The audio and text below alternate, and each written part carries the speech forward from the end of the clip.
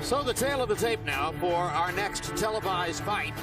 Naoya Inoue against Antonio Nieves, and you can see the 6-year age advantage for young Inoue, who is regarded as one of the true rising phenomenons of the sport. He's got a half-inch height advantage over Nieves. He's got an arm length advantage of a half-inch measured from the armpit to the end of the fist. He weighed in 1¼ pounds heavier than Nieves, even though Nieves has never fought down here at this 115-pound level, has fought as high as up in the 120s, is by nature, he thinks, the heavier man. But overnight, they rehydrate, and Inoue will enter the ring with a 5-pound weight advantage unofficially on our unofficial HBO scale over Antonio Nieves.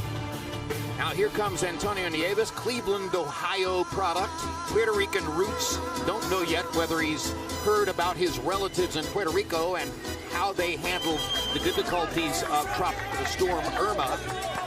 He started out in mixed martial arts, Andre Ward, because he loved the idea of competing and wanted to be in mixed martial arts. Ultimately made the switch to boxing, and that's what brings him here. He caught his first loss of his career in his last fight. 17 wins, 1 loss, 2 draws. Will be looking to come up with a giant upset here tonight. Yeah, he's come from Cleveland, Ohio. You know, it's a great amateur background, and he seems to be ready. I mean, I didn't quite understand how he was going to pull this off tonight when we talked to him in the fighter meeting, but he said he was ready, and he actually said he would be willing to die in the ring to get this victory tonight, so hopefully nothing like that happens. He's going to have to elevate his game beyond where it's been so far as a pro. He's a very competent boxer, but Inoue is a special kind of talent, and he is going to have to, Nieves is going to have to fight better than he has fought in the past to pull this off. Much better. There he is. Now Inoue became a major player in boxing circles by capturing a title in 2 weight divisions by his 8th pro bout. He's kind of the Asian Vasily Lomachenko in that regard.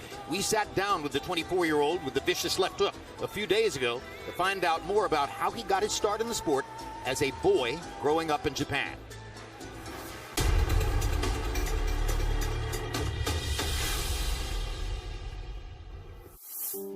I'm from Zama City, Kanagawa Prefecture, Japan. I started when I was in the 1st grade, and I got started in boxing because of the influence from my father. He took me to the gym every day. He fought in the amateurs just to fight. My trainer is my father. We understand each other and the way we feel, and that connection is the best part of having him as a trainer. My nickname is Monster. In the ring, it's all business. I'm there to knock the other guy out. If I leave a great result, that is going to leave a great image for the boxing fans all over the world. Max Kellerman, 2 weeks ago, we watched Yoshihiro Kamagai of Japan absorb unbelievable punishment over 12 rounds from veteran Miguel Cotto. Kamagai was one of a wave of boxers who made their mark for Japan over the course of the last decade. Now here comes the guy who some believe might be one of the greatest ever in Japan's glorious boxing history. Well, you know, I mean, fighting Harada, 112-pound champion, moves up and beats Eder Joffrey for Joffrey's only loss of his career at the time. They were calling Joffrey the next Sugar Ray Robinson. And so he has a lot to be better than, but he is a special talent. Let's go to Michael Buffer for the official introductions. And now, ladies and gentlemen, from the StubHub Center, Carson, California, the super flyweight action continues. This contest brought to you by K2 Promotions in association with Ohashi Promotions and Solita Promotions. Sponsored by Tecate, Born Bold, the official beer of boxing. Chivas, win the right way. Cafe Agave, the adult coffee creamer. Fred Loya Insurance, put Fred Loya in your corner. M150 energy drink, and Canelo versus Triple G live on pay-per-view and closed circuit Saturday, September 16th. This contest sanctioned by the California State Athletic Commission and the World Boxing Organization. WBO President Francisco Paco Parcarcel, Supervisor Richard DeCure. The 3 judges scoring the bout will be Larry Hazard Jr., Fernando Villarreal, and Zach Young. And inside the ring, in charge of the action at the bell, World Championship veteran referee Dr. Lou Moret. And now, 12 rounds of boxing for the WBO Super Flyweight Championship of the World. Introducing first, fighting out of the blue corner, wearing red and officially weighing in at 113.8 pounds. His professional record, 17 victories, including 9 wins by knockout, only 1 defeat with 2 draws. From Cleveland, Ohio, USA, the challenger, the reigning NABO Super Flyweight Champion, Antonio Carita Nieves. And across the ring, his opponent fighting out of the red corner, wearing black with yellow and officially weighing in at 115 pounds. His professional record, a perfect one. 13 fights, 13 victories, including 11 wins by knockout from Zana, Kanamangara, Japan, the WBC light flyweight champion of the world, the reigning and defending undefeated WBO super flyweight champion of the world, Naoya Monster Inoue.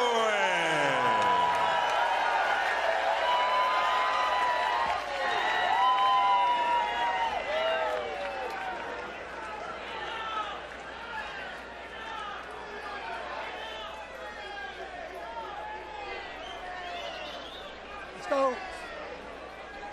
Inoue side.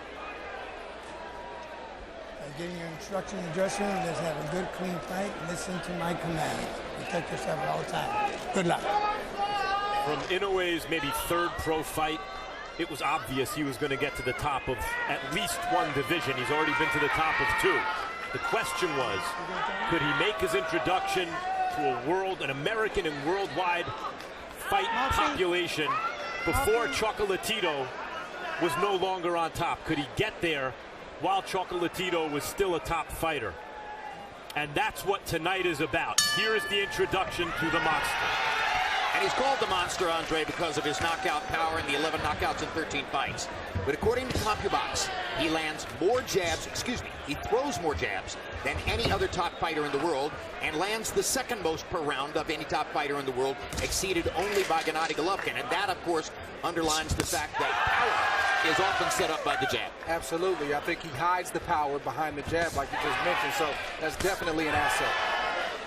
Landed a right hand to begin the fight, behind the jab on a classic 1-2. There's the classic 1-2 again. He says his best punch is his left hook, and he hasn't unfurled that one quite yet. Just missed with one. But you can see that it's quick.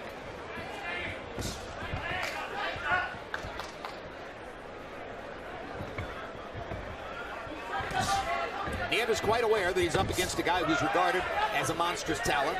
He said, of course, exactly what he's supposed to say. That represents a great opportunity for me.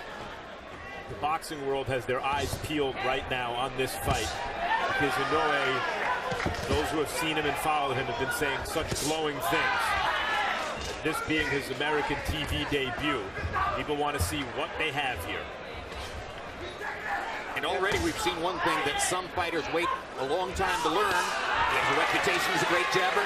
Nieves is aware of the jab, so a couple of times Inoue leads with the left hook.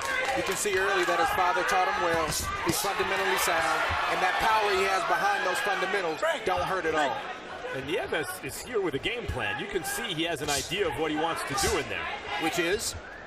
He wants to punch when the Monster, when Inoue doesn't want him to punch. He's trying to time him in between. Whenever Inoue takes a little break, he's trying to get in there, and he's trying to also punch with Inoue. Nieves is definitely there mentally. Like you said, Jim, saying all the right things. I just don't know if he can translate that physically. Tries to deliver the body. Inoue did a great job of blocking it with his left elbow. Comes back with a series of punches of his own. Watch, Inoue tries to set his stuff up, and Nieves feints and feints. And Ten by Nieves. Right, tries to punch with Inoue to get his shot in there first. So Nieves has already announced his presence in the ring with one good hard counter left-hand shot that landed on Inoue's face. This is where Inoue has had his way so far, so he wants to make him uncomfortable.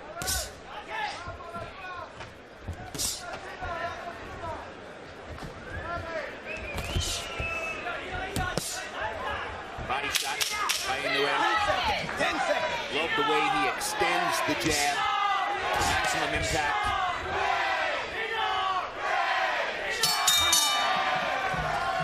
And in round one, Naoya Inoue appears to be everything that we were told he would be.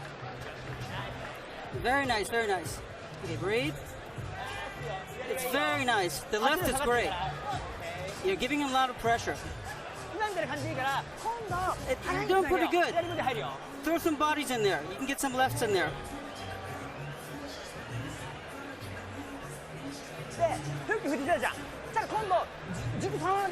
You hook, and then come back with a right uppercut. If you use the double and he goes into that gap like we've been seeing him go into it, let's go ahead and go with the Virgil Hill once or twice. And then let's fill that gap with the right hand on top and the hook. Okay? Doing fine. You're doing fine. Okay? Keeping your hands up just like you're supposed to. All right? Beautiful job. So let's go with a Virgil Hill once or twice. What is the Virgil Hill, Andre? I'd have to ask him. I don't know. Nieves has an idea of what he's trying to do. Feint, there's the feint. Inoue wants to wait a little bit to punch sometimes. Punch in between when he's waiting. Or he's waiting for Inoue to punch and punching with him to land his own shot. Good 1-2 by Inoue. But the danger of punching with a puncher is obviously you can get caught with a clean shot.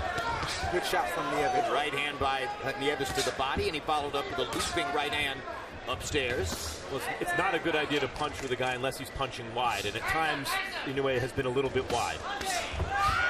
But you can see the force that Inoue throws with. The power is obvious. Inoue has never been knocked down, technically, although he did take a knee in an amateur fight, so he has had one knockdown scored against him, although he says it wasn't because of a punch. Now Inoue sticking the jab. That's his game. Father asked for body shots. Haven't seen a body shot yet from Inoue in this round. Now he goes downstairs and comes back up and fires the left hook to the body with authority. Vicious left hand to the body from Inoue. He's a 115-pounder, boy. He's going with some force. You can hear those shots from ringside. These guys are so small, you go, boy, he hits like a lightweight. And that's a compliment.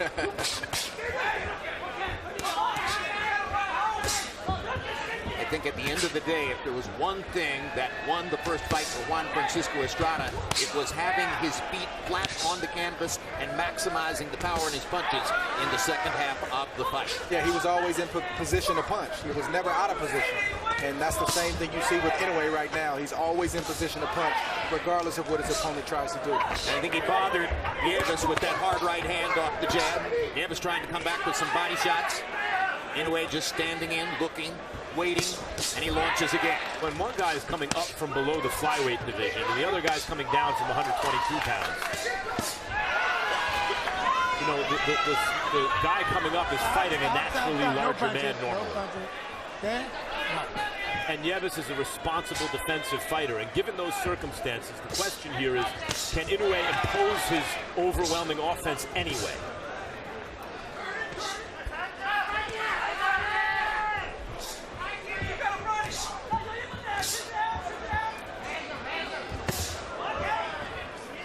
Right hand by Inoue drives Nieves back just a little bit. Left hand to the body. Placement rather than power. Now combinations. 10 seconds. Oh, he thought it was the bell. Inoue heard the 10-second warning clap and thought it was the bell. That saved Nieves right there. The official timekeeper here, Tiffany Clinton, is extremely demonstrative the way she claps the sticks with 10 seconds to go in the round. Very nice. That isn't the first time that we've seen somebody in the ring misapprehend that signal and believe that the round must be over. She makes a lot of noise when she does it. It's good. It's very professional. But Pat Russell stopped a fight between Tim Bradley and Jesse Vargas when he heard that sound and thought that the round was over. Tiffany's doing her job right. Everyone needs to hear the clap. Other people have to adjust to her. Jack Latito getting gloved up for the main event against Srisaket Sorungbisai, whose real name is Wisaksiel Wongak, but that's a long story about Thailand and family names, and 100 years of history, etc., etc. A long name and a longer story. Bottom line is he fights here as Srisaket Sorang Visai, but if you ask him for his driver's license back in Bangkok, it would say Wikapsil Wangak. Round 3 of a schedule 12. You can see that Harold Letterman, unofficially, not surprisingly, has Naoya Inoue winning the first 2 rounds. Inoue is trying to pick up where he left off. He knows Nieves was hurt in that last round, and he wants to test him to see how hurt he still is. You see why he's called the monster. When a guy has fast hands, a good jab, and real punching power, and then he energetically applies all those things, it's a nightmare for the opponent. He just did something you occasionally see Gennady Golovkin do. He saw the target and adjusted the arc of the punch as it was traveling through the air to give it a little bit lift over the top and get it down to the face. Now there's a perfect uppercut by Inoue. I don't think it's going to matter tonight, Andre, but Inoue's defense is not unique to this fight. That's what he does. He pulls straight back from punches sometimes. He uses athletic ability to avoid punches and doesn't always use kind of classic technical defense. You think that'll be a problem against the next level? It remains to be seen. Inoue is only 24 years old, so his reflexes are at their very height right now.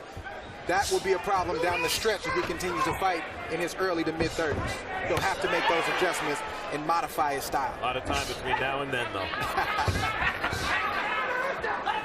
We're talking a lot about the power of Inoue, but as we mentioned earlier in the broadcast, it's the jab that's separating Inoue from his opponent tonight and his opponents previous to this night. He has an Ike Quartet-like jab, very piston-like. The bazooka, Ike Quartet. It's a heavy jab, meaning his weight comes out over his front foot when he throws it.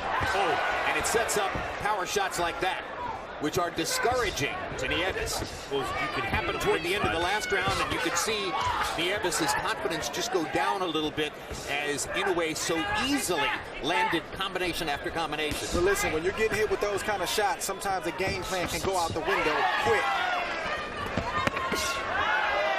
All of a sudden, excuse me, Jim. All of a sudden, it doesn't become worth it to extend yourself and try to implement that game plan when you're getting hit heavy with heavy shots to the head and the body like Nieves is right now. Right, and part of the key to his ability to do that is balance and timing. He seems always to be in the right position on his feet, and he throws when he wants to. He's not necessarily a combination puncher. He's a pick-em type puncher. He'll throw a jab, he'll throw a lead right hand, then he'll throw a 2 or 3 punch combination. He's steady, but he's a pick-em type puncher, not necessarily a combination. He'll respond to an opportunity. If you leave yourself open on the left side, he'll fire a right hand, even if it wasn't his plan to do so. Absolutely. He's a pick-em type puncher until he gets his guy hurt, and then he throws in combination. I like that. Opportunistic, Jim, as you said. This is just a brilliant round. This was a one-sided pile-driving round for Naoya Inoue. Immediately following live boxing here on HBO, stick around for the premiere of the second episode of our 2-part 24/7 Canelo Golovkin. Then next Saturday night on September 16, HBO pay-per-view brings you the hugely anticipated live fight between Canelo Alvarez and Gennady Golovkin, 2 of the sport's brightest stars, fighting for middleweight supremacy. Finally, after years of waiting. And on September 23 on World Championship Boxing, Jorge Linares defends his 135-pound title belt against Luke Campbell. Short and tight, and go to the angles, get off first. Okay. Now, every time you hit this kid and you turn, you're getting some good stuff off, but you can't stop, man. You got to keep it going, all right? Let's see if we can't work that double and get him to get those hands up and we go to that body. But stay low. Trainer's willing, and the trainer believes. I'm not sure the look in Nieves' eyes was an indicator that he believes at this point. The trainer's not getting hit. Harold Letterman, how do you have it through 3 unofficially? Okay, so making it 3-0, 30-27, Naoya Inoue. You know, Jim, it's amazing his accuracy. I'm talking about Inoue. When he throws a punch, man, he don't miss. Very, very quick left jab. Very, very accurate left jab. His straight right hand is extremely accurate. It's amazing. The guy's got terrific accuracy. See that? I mean, Nieves has got his hands held up high, and Inoue still gets that jab through. Really amazing job he's doing. 3-0 Inoue. The trainer has an unenviable task, because what's impressive about Inoue is here he is against a competent, responsible fighter who's not really doing anything glaringly wrong. and yet it's coming out wrong because of what Inoue's doing. What's the trainer supposed to tell him? You want to throw in the towel already? It's not time yet, right? He's telling him to basically stick with the game plan, but the game plan's not working, but come up with a better one right now. I mean, the trainer's doing what he can do. He can only do as much as his fighter will allow him to do. But I think he does, even though it's only the 4th round out of 12, he does need to keep a close eye on Nieves. Nieves is a tough kid, but he is taking a lot of punishment right now, and it's starting to sink in. What I mean is the trainer was talking as though his fighter has a chance, as though he's not taking a beating. But I don't know what his options are as a trainer in that. What would you want to hear in the corner there, Andre? I hope I'm not in that position because when you're in the position that Nieves is in, again, it's just really, really tough. Do you go technical or do you appeal to his heart? Do you motivate him and rah-rah him? It's a tough and unenviable position like you just mentioned to be in. Well, win or lose, it's a big week in one way for Nieves. He works at a PNC bank full-time in Cleveland, and this week he was profiled in the Wall Street Journal, and the CEO of the banking company made clear that he's aware of the kid and knows that he's fighting. That can't hurt him as his banking career goes forward, and he said, I'm never going to give up my day job. Boxing is big. It's a big part of my life, but I've got an opportunity to do something in banking, and I'm definitely going to stick with it. He's got a backup plan. Yeah, and by the way, he's having a much better round this round. Well, Inoue, it seemed to me, took the first minute of this round off to allow Nieves to throw some punches and let his clock wind down a little bit. Yeah, I think that was by design. I don't know if Inoue was resting or if he was trying to let the punishment from the previous round sink in a little bit, but I think he's doing what he wants to do right now. I think he was trying to lure Nieves into an exchange where he wouldn't have to try to open Nieves' defense. He could just, catch him in an exchange. Oh, what a hook. Well, he can open some defense with a left hook to the body like that.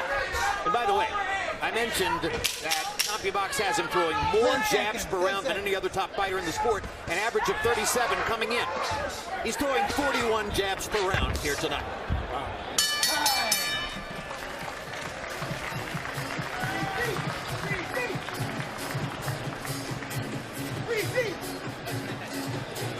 Nice.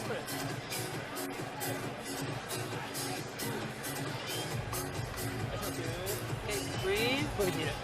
Breathe again. あんまりリズム取りすぎて向こう入ってくるから全部最後圧力で止めてるからまた圧力かけて And you're pressuring him, but put more pressure on him. あとお水ください Some water, please.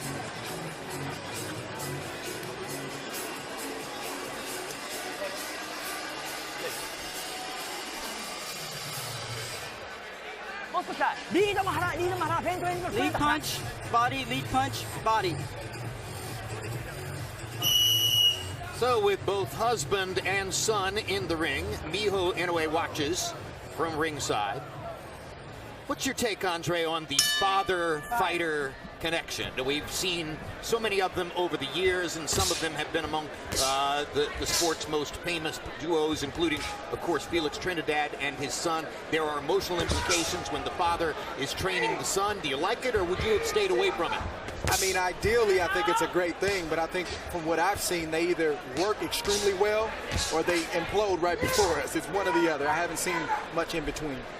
I think that's a great point. I think Inoue has to put Nieves away here in this round or next because it's a lopsided fight, but in the middle of this very energetic card where we saw a terrific first fight and we're expecting a tremendous rematch in the main event.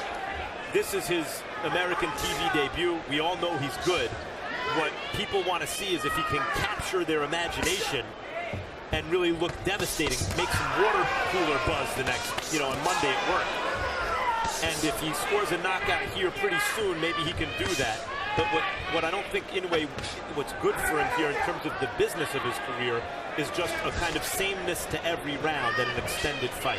And now in round 5, it looks like Nieves is trying to find somewhere to hide in the ring, and he can't find it. As Inoue continues to track him down, pin him against the ropes, and pound him with power shots. Nieves trying to slip away to the side, and Inoue just keeps walking him down, gets him into a position there where he can face him and lands a body shot on authority. One or two more of those, he could end this fight, Jim. Andre, this is what you did against Kovalev. When you saw that, you went right there, and here Inoue has him ready to go to the body. Yep, there it is. as a pro for Nieves, first time in the ring with a fighter like Naoya Inoue. Now, why throw anything other than a left hook to the body if you're Inoue? Exactly. On the bands in the body right now. He'll protect the head, but the body can't move. 54 seconds to go in the round. Inoue stalking. There it is. Another body shot with the left hook. That one hurt Nieves as well. Right back, but I literally don't think you should throw another punch other than a hook to the body. And there's another one. And there's another one. Nieves lands a right hand, but not with enough authority to change anything. Another left hook to the body. Inoue listening to what Max Kellerman and Andre Ward say. Another left hook to the body. Another left hook to the body. Inoue trying to finish the fight with exactly the prescription offered by our expert commentators. Yet another sledgehammer left hook to the body. Most effective punch in boxing. I don't care who you are, who you're fighting, where you've been brought up. Learn to throw the left hook to the body. It will win you more fights than any other weapon. He's about to win by stoppage, but he's only throwing one hook at a time. And what Andre did against Kovalev is 3, 4, 5 at a time. Well, Kovalev stood still for him. That's true. Breathe deep. Spit this one out. It's a way to protect yourself. Now listen here. You ain't gonna have to worry about the referee stopping. I'll stop it, believe me. Now, listen to me. We know that we have an opportunity now. Good. I'm not going to let him take a lot more punishment, okay? You understand? All right? All right, now, listen to this. What I want you to do is, I want you to keep that tight guard. Inoue's been landing beautiful body shots all night. And here we see another left that lands right by the solar plex. Nieves hesitates and then decides to take a knee.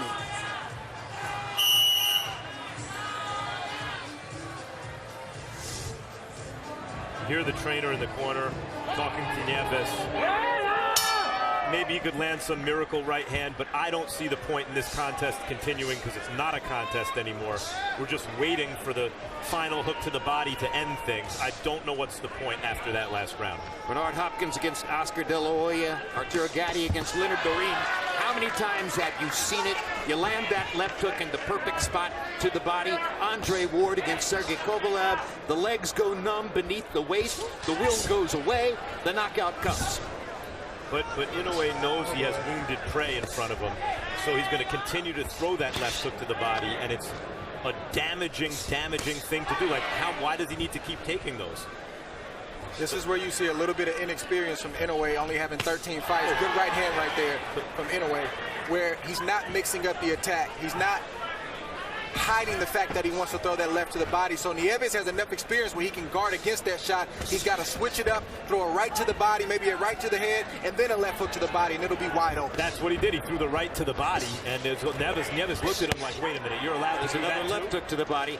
Listen to the sound when those left-hand body shots land. That is a thud. You can hear that all over the arena here at the StubHub Center in Carson. I mean, I just think that's enough. I know he's not dazed in a way like but why does he need to keep taking this punishment? Canelo Alvarez against Shane Mosley. Over and over and over. The sledgehammer left to the body. You can see Nieves is keeping that right hand glued to his side right there. That's why you got to switch it up. If you want that shot, you got to go away and then come back to it. And with the chance to put on a show now, Inoue is doing so as he lifts his hands to let the American audience know, yes, I'm a star. I know I'm a star. You're going to see big things from me in the ring. Come to me. Come to me. I'm ready for the knockout right now. The referee has to keep a close look on Nieves. In a minute, he may have to save him from himself. Nieves' corner said, hey, I'll stop it if it gets to... No, he's not. You need to stop it now. Do you need to see your guy unable to rise from the canvas? The contest is over. It's not a contest anymore. Nieves came in with a record of 17-1-2. His first loss in the last fight was a decision with which he disagreed. He is getting hammered here by a superior talent. Okay? Come on, show me something. Kind of talent you don't see all that often. Nieves has had enough. To the layman, it looks like he's still in the fight, but if you know what you're looking at, he's had enough.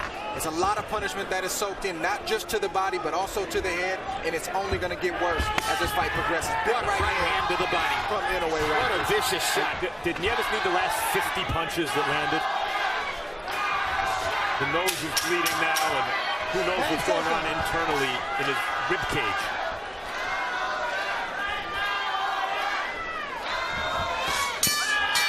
Another left to the body to finish the round, and Nieves staggers back to his corner, where trainer Joseph Delguide has a decision to make. And he has made the decision.